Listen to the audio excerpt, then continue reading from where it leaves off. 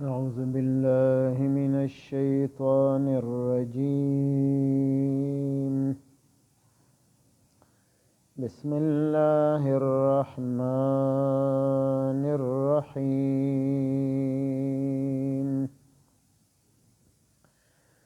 يا أيها الذين آمنوا كلوا من طيبات ما رزقناكم واشكروا لله إن كنتم إياه تعبدون.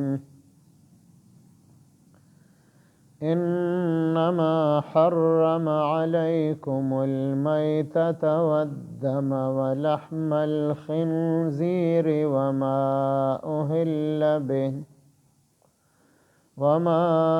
أهل به لغير الله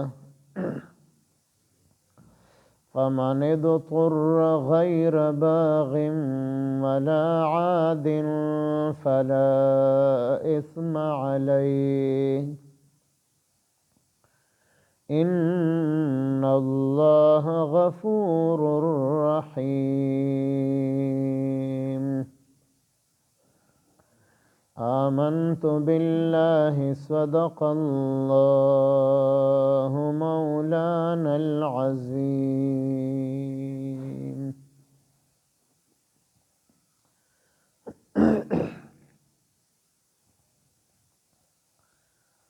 د دینه درې څلور آیته مخکې د حلال او پاکیزه خوراک حکم وشو. کلوا مما فی الارض حلالا طیبا.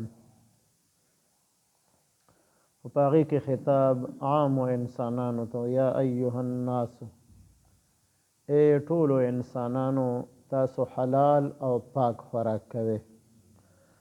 او دلته خاص مؤمنانو ته الله پاک خطاب کوي، یا ایها الذین آمنو. مؤمنانو ته خصوصا الله پاک خطاب کوي چې تاسو حلال او پاک خوراک کوئ. او د حلال او پاک خوراک نه وروستو تاسو د الله پاک د دې نعمت شکر ادا کړئ چې تاسو ته الله پاک حلال او پاک خوراک درکړی دی. دا د الله پاک نعمت دی. د حلال طلب کول، د حلالو حاصلولو کوشش کول، د هغې دپاره اراده کول، د هغې دپاره تګ و دو منډې ترړې وهل، دا عبادت دی. حلال که لږ وي خو الله پاک په هغې کې ډېر برکت اچوي، او که حرام هر څومره ډېرې په هغې کې برکت نه. په حلال کې د زړه سکون او د زړه خوشحالي وي، او په حرامو کې د زړه سکون او خوشحالي نه وي. حرام مال به ډېر زیات وي لیکن زړه به د انسان خوشحاله نه. او حلال خوراک کول دې سره د انسان ټول عبادتونه الله پاک قبلوي، او حرام خوراک کول دې سره هیڅ قسم عبادت نه قبلیږي. نه مونځ قبلیږي، نه روژه قبلیږي، نه زکات او حج قبلیږي، ځکه د ده خوراک هغه حرام دی. نو حلال او پاک خوراک، او بیا په هغې باندې د الله شکر ادا کول، ځکه شکر دام عبادت دی د الله پاک. نو که تاسو خاص د الله پاک عبادت کوونکي یې او الله یو منئ او تاسو خپل ځان د الله بندگان منئ، نو حلال خوراک کوئ او په هغې د الله شکر ادا کوئ، عبادت پې کوئ.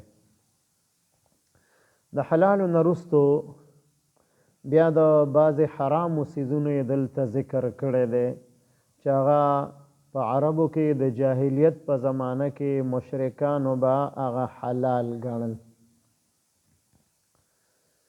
نو هغې کې څلور څیزونه ذکر کړي دي. یو لفظ میتته. میتته معنی ده مرداره، یعنی زناور حلال دی، غوا، میخه، غویې، ګډه، بیزه وغیره چې کوم څیزونه حلال دي. خو بغیر د ذبح نه د هغې نه ساه ووتله، نو هغې ته موږ پښتو کې مرداره وایو. نو د هغې غوښه خوړل دا ناروا او حرام دي. البته څرمن د هغې هغه انسان د هغې څاروي نه ویستلی شي، هغه حلاله ده، جایز ده، د هغې خرید و فروخت یا هغې له رنګ ورکړي په استعمال کې راولي، نو څرمن صحیح ده. لیکن باقي د هغې څومره اجزا دي نو هغه ټول حرام دي. یا خو فل طبعي موت باندې د څاروی مړ شو او ذبح نه شو په شرعي طریقه باندې، نو دې ته مرداره ویلی شي. یا داسې وشو چې ذبح یې وشوله لیکن قصدن عمدن پې د الله پاک نوم وانخیستی شو، قصدن عمدن یې پرېښوده، نو بیا هم دغه څیز حرام شو. او که بسم الله ترې نه هیره شوله او ذبح کوونکی مسلمان دی خو په هیره سره پاتې شوه، نو په هیره سره دغه څاروی مرداریږي نه، هغه به بیا هم حلال وي. نو شرعي طریقه باندې ذبح شو نو بیا حلال دی، او که شرعي طریقه باندې ذبح نه شو، داسې طبعي موت باندې دا څاروی مړ شو، نو دا حرام دی، دی ته میتته او مرداره ورته ویلی شي. او دا شان بیدونکي وینه، د رګونو چې کومه وینه ده د څاروو، نو دا هم حرامه ده.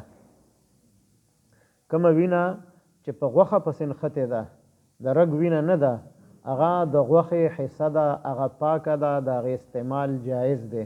هغه غوښه ونه وینځلی شي او داسې پخه کړی شي هغې پسې کومه وینه نښتې ده، نو دا د رګونو وینه نه ده، دا د دې غوښې خپله حصه ده، نو دغه پاکه ده، حلاله ده.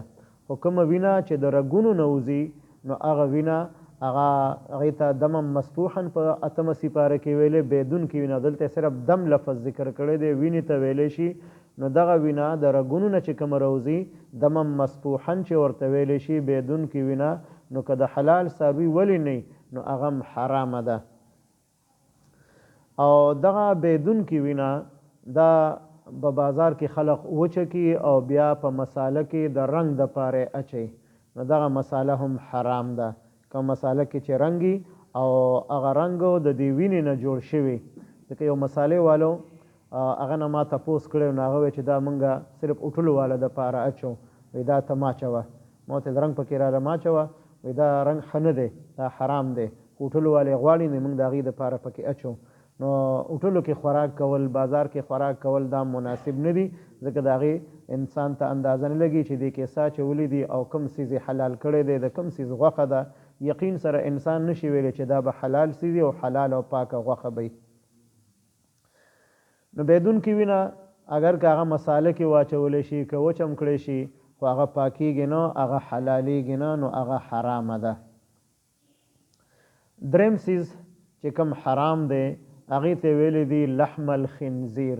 لحم غوښې ته ویلی شي، او خنزیر یو ځناور دی، خو د ده غوښه هم حرامه ده، څنګه چې حدیث مبارک کې راځي. دلته خو صرف د لحم ذکر کړی، د غوښې، خو د خنزیر د بدن ټول اجزا دا حرام دي.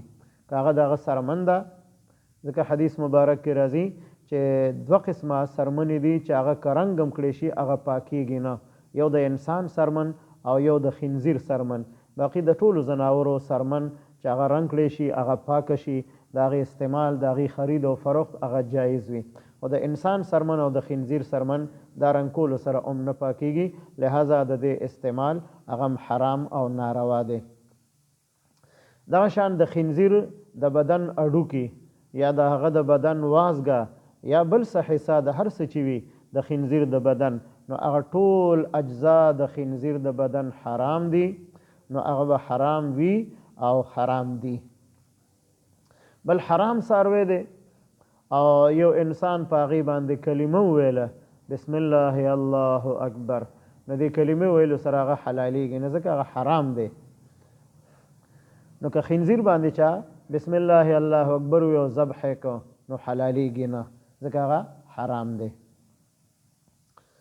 څلورم وما اهل به لغیر الله، دې کې د غیر الله په نوم باندې د نظر او د منښتې د څاروي ذکر کړی دی، څنګه چې د عربو د مشرکانو طریقه وه چې هغې به د بوتانو په نوم باندې څاروي منل او هغه به یې ذبحه کول. نو دغه ذبحه اگر که ذبح هم شي، که څاروی حلال دی، خو د غیر الله په نوم باندې نامزد شو، د غیر الله نوم پې واخیستی شو. د بابا سي په نوم مې منښته کړې، خلق داسې وایي. د پیر بابا په نوم مې چیلی منلی دی، دا به هلته بوځم او هلته به یې ذبحه کومه، دا ناروا او حرام دي. د الله په نوم باندې نظر او منښته دا جایز ده، او که ثواب بیا هر چاته بخي او که هر ځای کې ذبحه کوي هغې کې شرعا څه ممانعت نشته دی، خو نظر او منښته به کوي د الله پاک په نوم باندې. نو چې کوم یو څیز هغه د الله د نوم نه سوا د بل چا په نوم باندې نامزد شو، د غیر الله نوم پې واخیستی شو، د غیر الله په نوم باندې نظر او منښته وشوله، نو اگر که هغه څاروی حلال دی، اگر که په شرعي طریقه باندې ذبحه کړی شي، اگر که بسم الله الله اکبر هم پې وویلی شي، هغه به د مردار په حکم کې وي، هغه به حلال نه وي.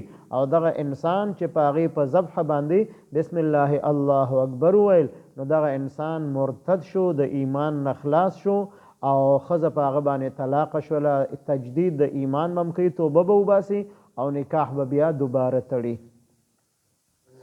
دغه شان حرام څاروی دی او هغې ذبحه کو، په هغې باندې بسم الله الله اکبر ووایو، نو دغه انسان هم مرتد شو، د الله د نوم بې ادبي یې وکړله، د الله د نوم سپکوالی یې وکړو، نو ایمان ته نه لاړو او ښځه پرې طلاقه شوله، ښځه ترې نه به جدا شي.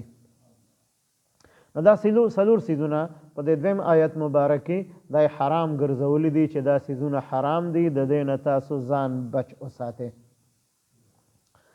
اوس یو انسان دی چې هغه د لږې نه هلاکېږي، مړ کېږي، یا د تندې نه مړ کېږي، او حلال څیز څه نشته دی چې دی وخوري یا دی وڅکي، او که دی دغه وخت کې دا حرام نه استعمالی، دا مرداره نه استعمالی، دا بیدونکې وینه ده یا هر څه چې دغه ځای کې د سره موجود دي او په هغه باندې د دې د دو ګزاره کېږي، نو به قدر حاجتو د دغې مردارې نه خوراک کولی شي. یا به قدر حاجت مثلا شراب پراته دي، اوبه نشته دی، بل څه د څکلو څیز نشته، دی د تندې نه هلاکېږي، نو یو څو څاڅکي د شرابو دغه وخت کې دته اجازت دی.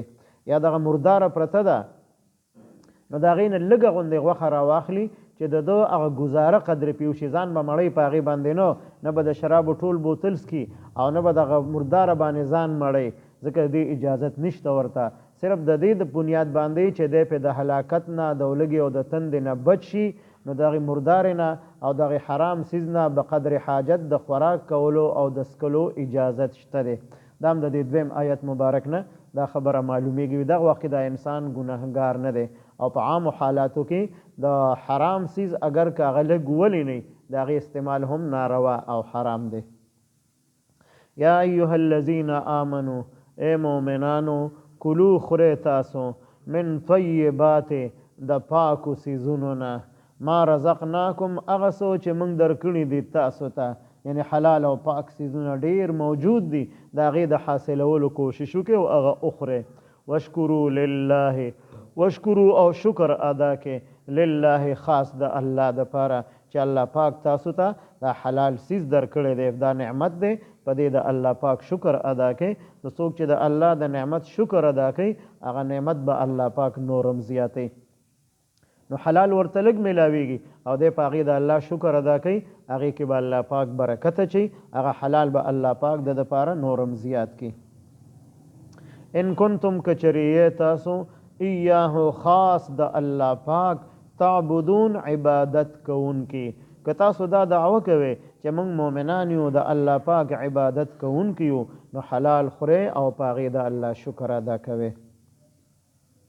انما حرم، یقینا چې الله پاک حرام کړي دي، علیکم په تاسو باندې. دا څلور څیزونه ذکر کوي چې کم کم څیزونه حرام دي. المیتته، مرداره څاروی دی، حلال څاروی دی، او په طبعي موت باندې مړ شو نو مرداره شوله، یا قصدن عمدن د الله پاک نوم پې پرېښودلی شو، وانخیستی شو، بیا د مردارې په حکم کې دی، یا د غیر الله په نوم باندې ذبح شوی دی یا منلی شوی دی، نو دا هم حرام دی. والدم، او بیدونکې وینه، دا هم حرام کړې ده الله پاک په تاسو باندې. ولحم الخنزیر، او غوښه د خنزیر، او د خنزیر د بدن ټول اجزا او ټول حصې، اگر که هغه د هغه د بدن ویښته وي او که هغه وازګې وي، که هغه سرمن وي، هر څه چې وي، ځکه بعضې خلق وایي چې بعضې برشونو کې د کوم ټوت برش دی په دې کې د خنزیر ویښته استعمالیږي نو د هغې نه ځان بچ ساتل پکار دی چې د هغې استعمال هم ناروا او حرام دی. وما اهل به وما او هغه څیزونه اهل چې واخیستلی شي یاد کړی شي به په هغه باندې لغیر الله نوم د الله نه سوا د بل چا منښت یې وکړله د الله نه سوا د بل چا په نوم باندې نو دا هم حرام دی.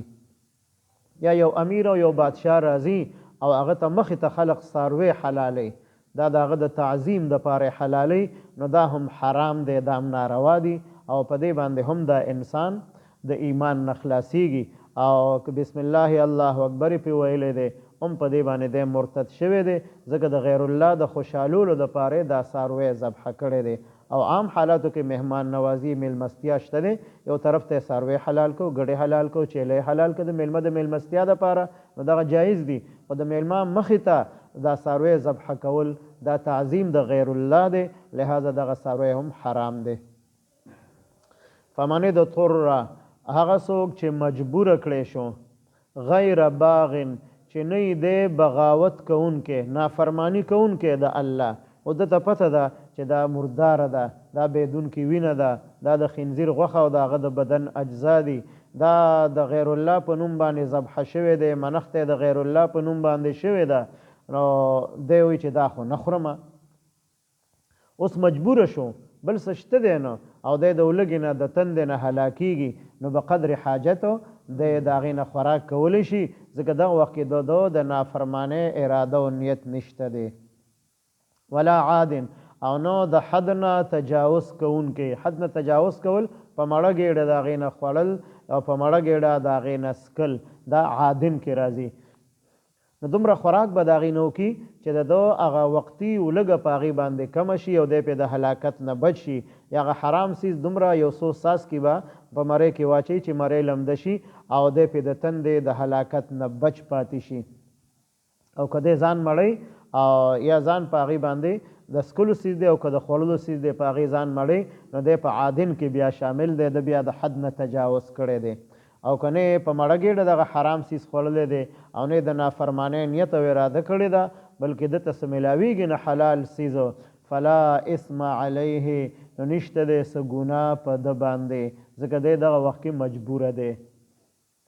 خو د مجبورۍ په حالت کې د دغې مردارې نه خوراک کول جایز دي خو د غلا اجازت یې نه دی ورکړی چې دی چا نه څه پټ کړي او هغې خوراک وکړي یا نقد مال پټ کړي او په هغې ځان له د خوراک بندوبست وکړي د هغې اجازت یې نه دی ورکړی.